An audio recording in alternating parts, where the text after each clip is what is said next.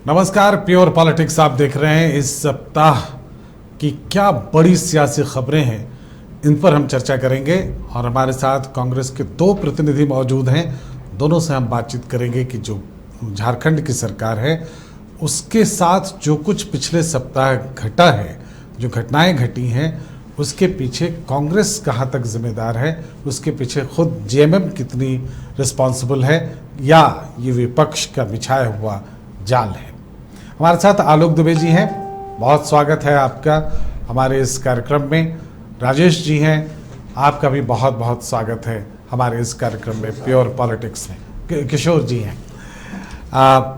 किशोर साहब जी, सब स्टार्ट आप ही से कर लें कि जो पिछला सप्ताह बीता है उस पर सरकार को लेकर कई सवाल खड़े हुए हैं और ऐसा लगता है कि मुख्यमंत्री भी उसके लपेट में आ रहे हैं। कई मंत्रियों पर कई तरह के आरोप आ रहे हैं, कई मामले कोर्ट में लंबित हैं। क्या आपको लगता है कि इन सब के पीछे जो सरकार की अस्थिरता है, इसके पीछे दूरदर्शिता का अभाव है? कुछ ऐसी बातें हुई हैं जिसका ध्यान नहीं रखा गया और जिसकी वजह से इस समय सरकार ऐसा दिखती है कि मुश्किल में है।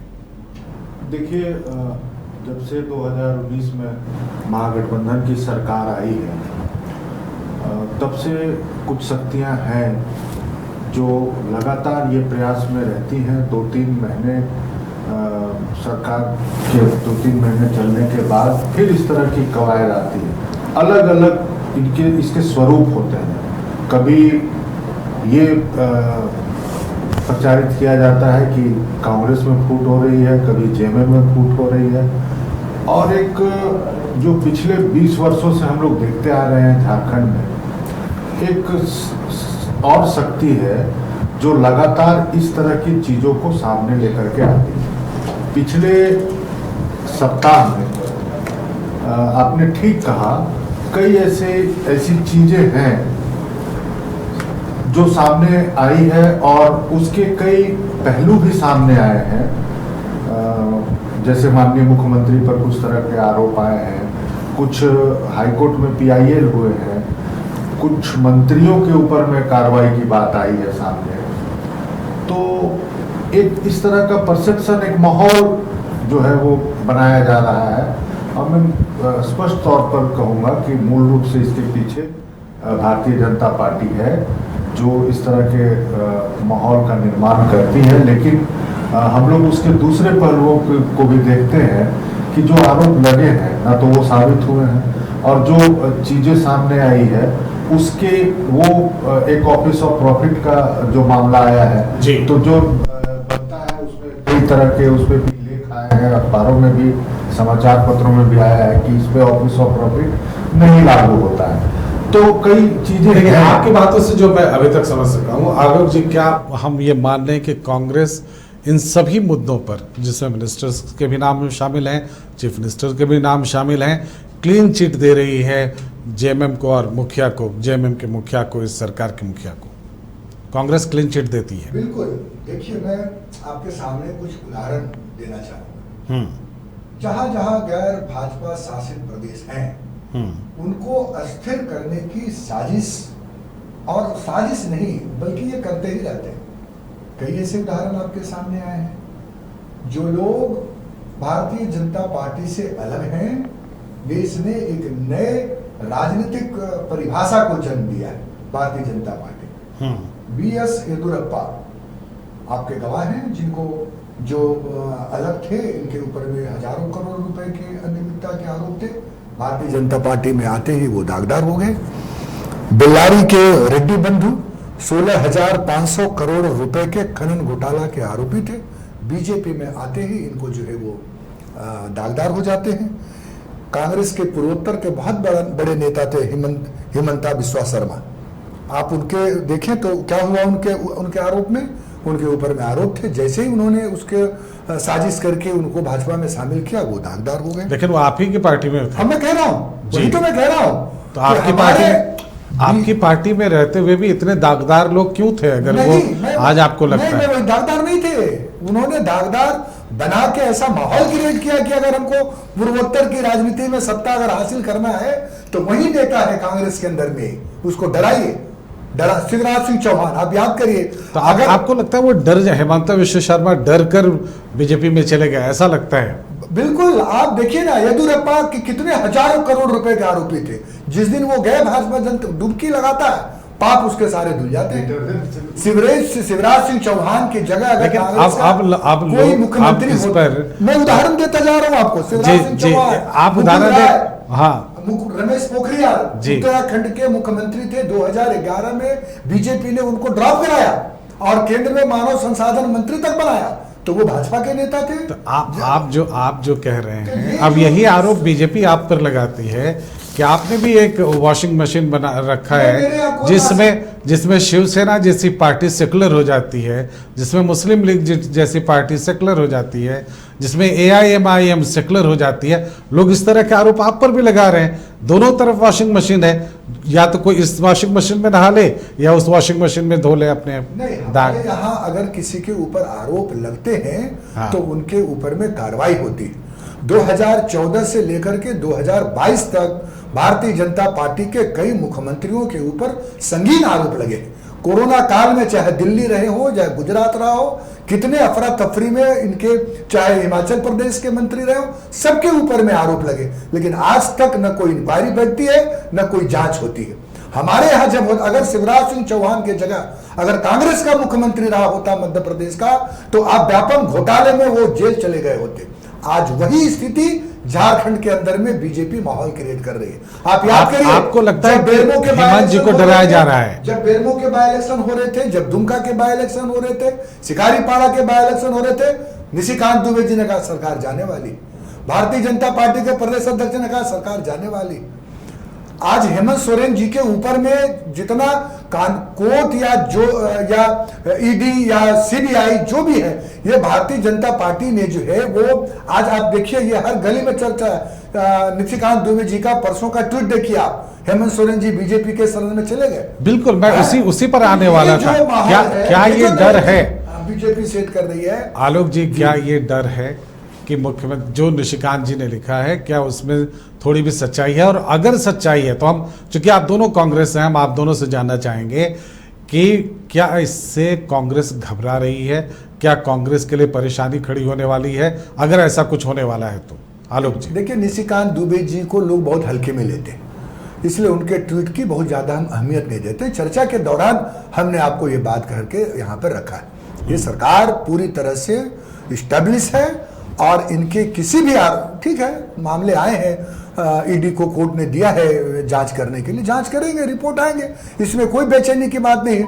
लेकिन जो चीज आज हो रही है, भारतीय जनता पार्टी के जो विधायक हैं, कई इनके सांसद हैं, कई इनके दूसरे लोग हैं, किसी के ऊपर में दुष्कर्म के आरोप हैं, किसी के ऊपर में कोयला तस्करी के आरोप हैं, किसी के ऊपर में धनबाद जैसे जगह पर, तो ये राजनीतिक प्रतिशोध ये भारतीय जनता पार्टी कर रही है झारखंड के अंदर में, पूरे देश के अंदर में। और जो ये इनका ये सफल नहीं होगा, लोग अब समझ चुके हैं कि ये कौन सा काम कर रही है। इन के इन प्रकार सत्ता हासिल करने के लिए वो किसी भी तरह के प्रपंच से बाज नहीं आते। देश के सामने मुद्दे हैं, महंगाई है, बेरोजगारी है। आपने जो है वहां मध्य प्रदेश में बुलडोजर चला दिया, जहांगीरपुर में बुलडोजर चला दिया, धार्मिक उन्माद है चारों तरफ, हर तरफ लोग हाहाकार मचा हुआ। इन मुद्दों पर आप चर्चा नहीं करते हैं। आप सोचिए महंगाई किस कदर बढ़ गई है कि 5 राज्यों के चुनाव के बाद लोगों में यह था कि महंगाई बढ़ेगा। पेट्रोल की कीमत रांची में 110 रुपए हो गए, डीजल की कीमत 106 रुपए हो गए। आप खाने पीने के हर सीएनजी गैस, रसोई गैस, हर चीज की कीमतें बढ़ रही है। लेकिन मजा ले कि भारतीय जनता पार्टी का कोई नेता इस पर डिस्कस कर लेता हो। बिल्कुल, इस बात से कोई इनकार नहीं कर सकता है कि महंगाई बढ़ी है और बहुत ज्यादा बढ़ी है, जिससे आम लोगों को परेशानी हुई है। ये तमाम मुद्दे थे आलोक जी जब पिछले दिनों में 5 राज्यों में चुनाव हुए। आप सब इन सब बातों पर भी आए, महंगाई का भी मुद्दा बनाया, लेकिन लोग आपके पीछे नहीं आए। इसकी वजह क्या है? किशोर जी से शुरू करते हैं, फिर हम। पहले तो मैं आपको बताऊं कि आपने एक चर्चा जो किया था उस पर मैं कुछ जोड़ना चाहूंगा। जो निशिकांत दुबे जी का जो ट्वीट के ऊपर में, आप हेमंत सोरेन बीजेपी में जाएंगे या नहीं जाएंगे, या कांग्रेस को क्या आशंकाएं हैं? नहीं, मुझे ये जानना है कि क्या कांग्रेस पार्टी इस पर विचार कर रही है कि अगर जैसा कि निशिकांत जी ने लिखा है, हालांकि आप लोग कह रहे हैं कि उनके लिखने का कोई मायने नहीं है, लेकिन अगर वो उस तरह के विकल्प सामने खड़े होते हैं स्टेट में, तो कांग्रेस की क्या भूमिका होगी? क्या इस पर कांग्रेस विचार कर रही है, या उसने सोचा ही नहीं है इस पर कि चलो इस पर अभी सोचने का कोई समय आया नहीं है और ऐसी कोई परिस्थिति बनने की संभावना नहीं है। हेमंत सोरेन या जेएमएम मैं कहूँ, जेएमएम का एक प्रयोग वो भारतीय जनता पार्टी के साथ करके जेएमएम देख चुकी है और उसका असर भी देख चुकी है। देश में कई ऐसे उदाहरण हैं। मैं तो कहूँगा कि एक तरफ लालू यादव भी हैं और एक तरफ नीतीश कुमार भी हैं। नीतीश कुमार के भी प्रयोग चलते हैं और लालू यादव के भी जो है एक तरफ हैं तो हैं। तो ये चीज़ें हैं। तो मुझे लगता है कि जेएमएम पूरी तरह से जिस फोल्डर में है उसमें इंटैक्ट रूप से रहेगी और उसकी अभी ऐसी कोई संभावना हम लोगों को दिखाई नहीं देता है। और जहाँ तक कांग्रेस का प्रश्न है, तो कांग्रेस का तो कोई एक भी उदाहरण नहीं है, ना कभी होने वाला है कि वो बीजेपी के साथ कोई समझौता कर। बिल्कुल, कांग्रेस तो बीजेपी से समझौता करेगी ही नहीं, ये बात सही है। लेकिन मैंने ये जानना चाहा कि अगर वैसी परिस्थिति पैदा होती है तो क्या इसके लिए कांग्रेस तैयार है? नहीं, जब परिस्थिति आएगी तो अभी तो ऐसी परिस्थिति है नहीं। जब परिस्थिति आएगी तो उस पर हमारा लीडरशिप विचार करेगा और हमारी जो भूमिका होगी वो हम निभाएंगे। देखिए, अभी की जो मौजूदा सरकार है उसमें ज़्यादातर टाइम पिछले कुछ दिनों से ये चर्चा लगातार चल रही है। हालांकि समाचार ऑर्गेनाइजेशन होते हुए हमने उसको बहुत तवज्जो नहीं दिया कि सरकार जाने वाली है, सरकार के ऊपर ख़तरा है, कांग्रेस टूट रही है, तमाम तरह की बातें हैं। लेकिन क्या ये सच्चाई नहीं है कि जब तक कांग्रेस टूटेगी नहीं, जब तक कांग्रेस में कोई बिखराव नहीं होता, तब तक ये सरकार जेएमएम अपने आप को तोड़कर दूसरे दल में मिला ले, ऐसी संभावना दिखती नहीं है। तो ये सब कुछ आप पे दारोमदार है कि सरकार कितना चलती है। मैं तो बहुत दावे के साथ ये कह सकता हूँ, जैसे 2014 में भी उदाहरण सामने आए थे, तभी हमारे बहुत कम एमएलए थे, 6 एमएलए थे। तो ये प्रयास हुआ कि कांग्रेस टूट रही है, कांग्रेस के 4 एमएलए स्प्लिट कर रहे हैं, बीजेपी में जा रहे हैं। जबकि सामने आया तो पता चला जेवीएम में फूट हो गया, जेवीएम टूट गया और बीजेपी में सम्मिलित हो गए। तो लगातार आप जब से झारखंड का निर्माण हुआ है, आप एक भी उदाहरण नहीं दे सकते हैं कि कांग्रेस में कभी कोई टूट हुआ है, एमएलए किसी दूसरे पार्टी में चले गए। चलिए, ये रिकॉर्ड के लिहाज से सही है। आलोक जी, हम आपसे जानना चाहेंगे, क्या संगठन में सब कुछ इतना ठीक ठाक है कि वो कह सके कि पार्टी के सारे एमएलए इंटैक्ट रहेंगे? अगर ऐसा है तो फिर इरफान की जो आपके विधायक हैं उनकी भाषा अलग क्यों है, बन्ना गुप्ता की भाषा अलग क्यों है? ऐसा क्यों लगता है कि एक टकराव की स्थिति कांग्रेस पार्टी के अंदर भी है? नहीं, देखिए, नए प्रभारी अविनाश पांडे जी जिस दिन से यहाँ पर आए हैं, तो एक जो विधायकों के में आपस में नाराजगी हुआ करती थी आरपीएन सिंह जी के दौर में, या वो वहाँ पर दिल्ली में बुला करके भी गुटबाजी को प्रश्रय दिया करते थे, या पिछले 7-8 महीने से वो लगातार जो है वो संगठन को कमज़ोर कर रहे थे, जिस विषय को हम लोगों ने सामने रखा था। और मुझे याद है कि आपने जो है बाइस्कोप ने इसको गंभीरता से रखा भी था, और ये मुद्दे दिल्ली तक हम लोगों ने पहुंचाने की कोशिश भी की थी कि आरपीएन सिंह के बनाए हुए संगठन को अविलंब जो है वो विड्रॉ करना चाहिए, वरना हमारा नुकसान हो सकता है। उसको देखने को भी मिला था, लेकिन वो बदलाव तो अभी तक हुआ नहीं। मुझे उम्मीद है, पूरा विश्वास है कि जो विषय हैं, जो मुद्दे हम लोगों ने हाईकमान के सामने रखे हैं, हाईकमान इस पर गंभीरता से विचार करेगा और समय आने पर बहुत जल्द इस पर अनुकूल फैसले होंगे। जहां तक आपने विधायकों की बात कही है और उस संदर्भ में चर्चा किया है, देखिए, कांग्रेस में बातें आती हैं कभी कभार, तो ये इसको विधायकों की राय होती है, कभी सांसदों की राय होती है। हालांकि सार्वजनिक तौर पर मैं ये मानता हूं कि ये बात नहीं होनी चाहिए, पार्टी के अंदर होना चाहिए। लेकिन अगर कुछ बातें आई हैं तो इसमें इतना ज़्यादा जो है वो चिल्पों करने की आवश्यकता नहीं है। इस तरह के संघर्ष राजनीतिक दलों में या उनकी विचार, अच्छा, कैसे देखा जाए? आपके एक गुट एक तरफ मीटिंग कर रहे होते हैं, दूसरा गुट आपका दिल्ली में होता है, फिर दिल्ली वाले वापस लौटते हैं, तो यहाँ वाले फिर दिल्ली चले जाते हैं। तो इसको किस तरह से देखा? इसमें कोई गुट नहीं होती है, इसमें लोग आते थे। इसको गुट को थोड़ा सा कहा ना मैंने, आज के दिन में थोड़ी मीडिया की भी जो है वो स्वच्छंद व्यक्ति हो गई है, तो वो आ जाती है सामने। लेकिन आप देखें, जैसा किशोर जी ने आपको कहा कि ये रिकॉर्ड की बात नहीं है, ये सिर्फ रिकॉर्ड की बात नहीं है, ये हमारे कमिटमेंट की बात है कि हम कभी भी जो है वो पार्टी की विचारधारा से इतर न जा सकते हैं और न जाने की किसी को इजाजत दे सकते। और कभी भी अगर इस तरह की बातें सामने आती है तो हाईकमान तुरंत उस पर जो है वो निर्णय लेती है। और जहां तक आपने झारखंड मुक्ति मोर्चा की बात कही है, तो मैं ये पूरा जो है वो हेमंत सोरेन एक परिपक्व राजनीति है, झारखंड मुक्ति मोर्चा आंदोलन से निकले हुए हम सब लोग हैं। इसलिए ये जो बीजेपी की जो कुत्सित प्रयास हो रही है देश के अंदर में, ये धीरे धीरे लोगों के सामने वो सब चीजें आ चुकी हैं। और अगर नहीं आया होता तो बीजेपी को लोग बाहर का रास्ता नहीं दिखाए दिए होते।